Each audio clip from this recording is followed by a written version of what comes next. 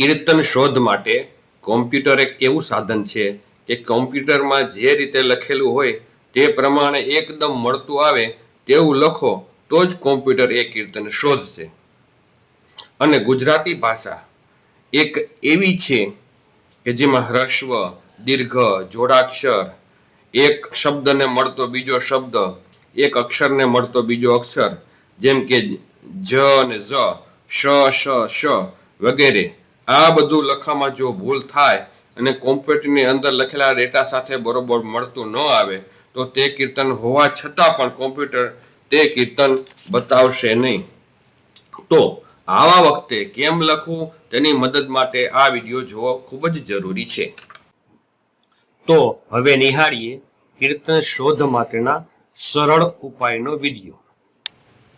હવે કોઈ પણ કીર્તન કેવી રીતે શોધવું એ આપણે જાણીએ તો સૌ પ્રથમ અહીં કીર્તન શોધ બટન પર ક્લિક કરો.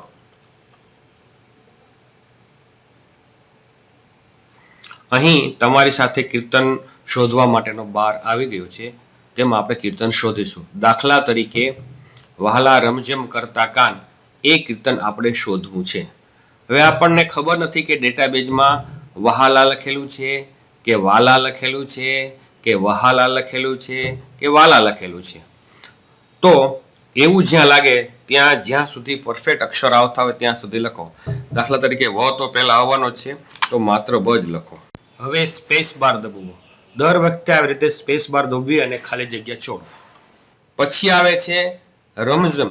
તો રમ બરોબર છે, જ માં જ જબલાનો આવશે કે જ જમરૂખનો આવશે આપણને ખબર નથી, તો ખાલી માત્ર રમ જ લખો, જમ છોડી દો.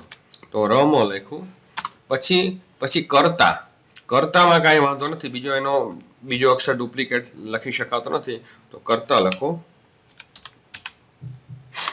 પછી કાનમાં કહાન આવે, કાન આવે, કાન આવે, તો એમાં માત્ર ક જ લખો.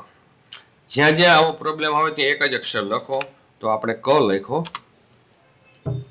તો આટલું લખતા વ, રમ, કરતા, ક એટલું લખશું તો આપણને તરત જ આખું કીર્તન અહીંયા તમારી સામે આવી ગયું. જો ન આવે તો હજી આગળ થોડું મારે ઘેર ને બધું લખી શકાય, પણ કીર્તન આવી ગયું છે એટલે કાંઈ પ્રશ્ન નથી.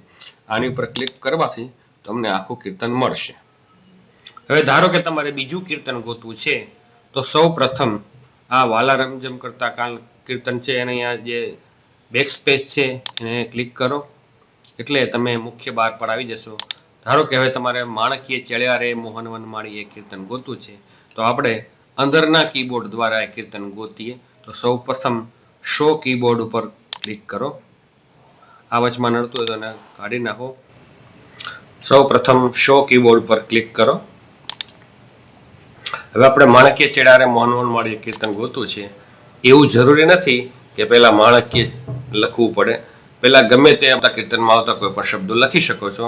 તો આપણે વનમાળીથી શરૂઆત કરશું. વ ન મા અળી અળ દીર્ઘાય વનમાળી લખશું. સ્પેસ દબી દરેક વખતે સ્પેસ દબાવવો જરૂરી છે ખાલી વચ્ચે જગ્યા રાખવા માટે.